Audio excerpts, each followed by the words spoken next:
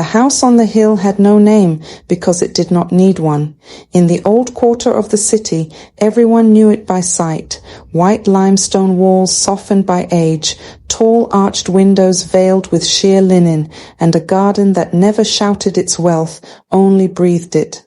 The bougainvillea bloomed obediently each season, the koi pond remained undisturbed, and the iron gates opened only for those who belonged. Inside lived the Adeyemi family, old money, older dignity. Chief Adeyemi had built his fortune in shipping and later preserved it through land, quiet investments, and a reputation so unblemished that even his enemies spoke of him carefully.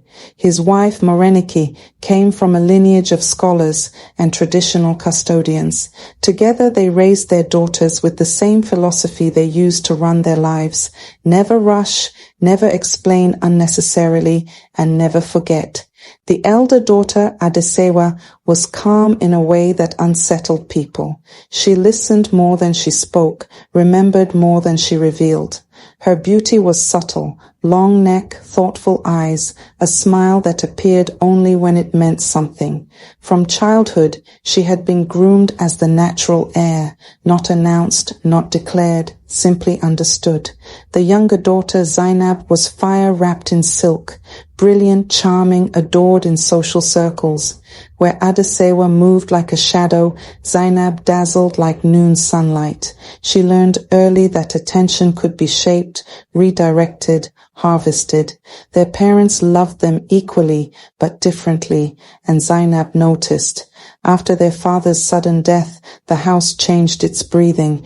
There was no public chaos. Mourning was dignified. Black lace controlled tears, carefully worded condolences. But inside the walls, silence grew thick. Morenike withdrew into prayer and routine, leaving the daughters to stand beside one another like twin pillars holding up a crumbling roof. It was then that Zainab began to move. She spoke softly to lawyers, smiling as she asked questions that sounded innocent. She took charge of public-facing family affairs, attending galas, shaking hands, ensuring the Adeyemi name remained visible and admired. She suggested, always gently, that Adesewa was too introspective, too academic, too distant to lead. Adesewa said nothing.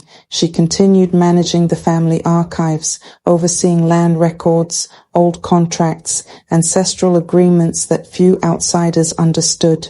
She drank tea with elders who remembered her grandmother. She listened when people spoke, especially when they thought she was not important. Zainab's engagement came as no surprise. Her fiancé was polished, ambitious, and very impressed with the Adeyemi fortune. The wedding was planned to be spectacular, an event meant to announce a new era. Zainab insisted it be held at the family house. Adesewa agreed. In the months leading up to the wedding, documents shifted quietly. Old clauses were revisited. Trustees were reminded of dormant conditions written decades earlier by a man who believed deeply in character over charm. Adesewa never rushed. She never confronted. She never warned.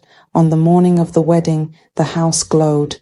Gold accents, soft music, guests from across continents. Zainab moved through it all like a queen finally crowned. She barely glanced at her sister, who stood near the garden, serene as ever.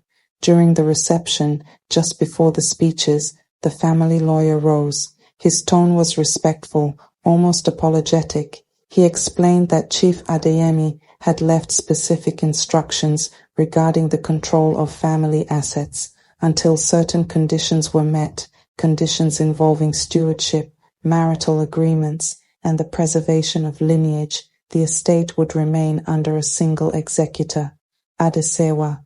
There was no scandal, no raised voice, just a slow, dawning realization.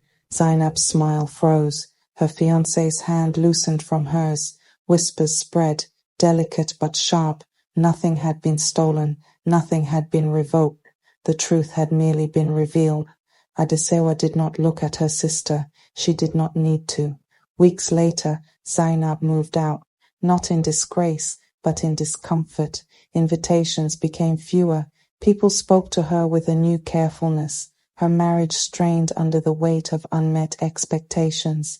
Adesewa remained in the house, caring for their mother, managing the estate with the same quiet precision she always had. When asked about her sister, she spoke kindly. When wronged, she did not defend herself. She simply remembered. In the end, the revenge was not loud enough to be called revenge at all. It left no fingerprints, no broken glass. It restored balance without spectacle. And in that house on the hill, silence returned, not as absence, but as authority. Time did not heal the fracture between the sisters. It polished it. The Adeyemi house remained unchanged to the casual observer. The same gardeners arrived at dawn. The same bells rang softly at evening prayer. The same restrained elegance greeted visitors who still came, though fewer now arrived merely to admire. Those who came now came to ask advice, permission, alignment. Adesewa had grown into authority the way some people grow into old trees, without announcement, without haste, impossible to move once rooted. She never remodeled the house. She understood that power did not require renovation. Instead, she restored what had been neglected. Old ledgers rewritten in modern form, land boundaries quietly reaffirmed, partnerships pruned with courtesy but firmness. She spoke little at meetings, but when she did, people leaned forward. Her voice carried no threat, yet it left decisions settled. Morenike watched all this from her veranda, rosary beads slipping steadily through her fingers. She saw what her daughters had become, and she said nothing. Mothers in old families learn early when silence is the only inheritance that does not rot. Zainab, meanwhile, learned what it meant to be visible without being central. Her marriage survived technically. Her husband still wore tailored suits and still smiled at public events, but his laughter no longer reached his eyes. The fortune he had imagined managing remained frustratingly out of reach. Invitations arrived late or not at all. When they did, Adesewa's name appeared first on the envelope, even when Zainab was the one expected to attend. At first Zainab told herself it was temporary, then she told herself it was politics. Finally, she began to understand it was memory. People remembered who had listened, who had waited, who had not confused charm for stewardship. The true wound came quietly, the way all important wounds do. A development consortium announced plans to acquire a large tract of land on the city's outskirts, land long rumored to be tied to the Adeyemi estate. Zainab heard about it through a friend and rushed to confirm what she assumed was a mistake. Surely this was an opportunity. Surely this would involve her. She called Adesewa. It was the first time in years. Adesewa answered on the third ring, calm as ever. Yes, she said after listening. The land has already been leased. Long-term, educational use. Zainab blinked. Leased? To whom? To a foundation, Adesewa replied. One father helped establish, one mother approves of. There was no accusation in her tone, no triumph, just fact. Zainab felt something then, not anger, not jealousy, but displacement. The realization that decisions were being made without her, not against her, that the world had simply adjusted. She tried another approach. She arrived at the house unannounced one afternoon, stepping through the gates that once opened instinctively for her. The guards greeted her respectfully, but they called ahead. That alone stung. Inside, the house smelled the same: polished wood, citrus, old books.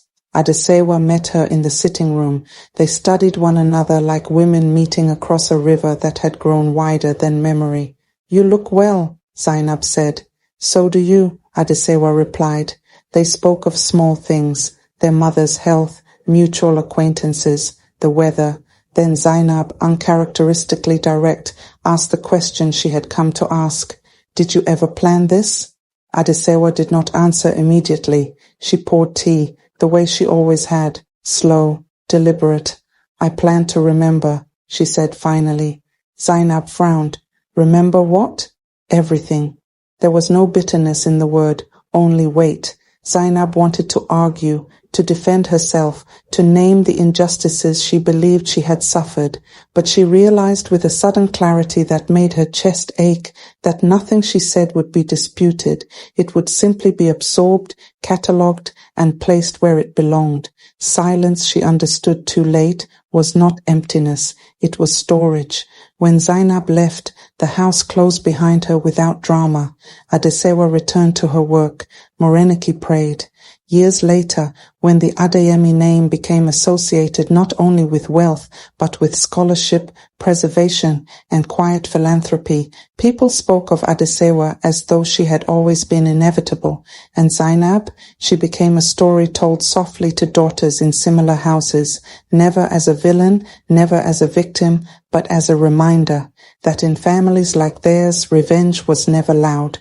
It was patient. After Zainab left the house, nothing dramatic followed. No doors slammed, no accounts were frozen overnight, no names were dragged through whispers or papers. The Adeyemi estate did not punish, it simply continued, and in that continuation, power settled where it had always been waiting.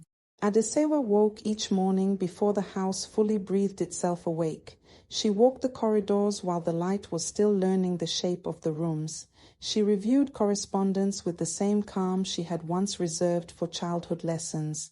Contracts were renewed, partnerships ended politely, land preserved instead of exploited.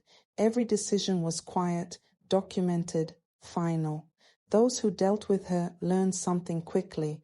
There was no appeal to charm, no room for urgency. She listened fully, spoke sparingly, and closed conversations without leaving threads loose. She did not announce authority, she embodied it. Even those who disagreed found themselves complying, as if resistance required more energy than surrender. The elders approved without ceremony. The trustees relaxed into trust. The Adeyemi name, once dazzling in society, grew heavier, less visible, more decisive.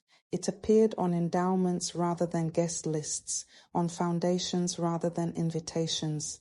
Zainab watched all of this from a careful distance.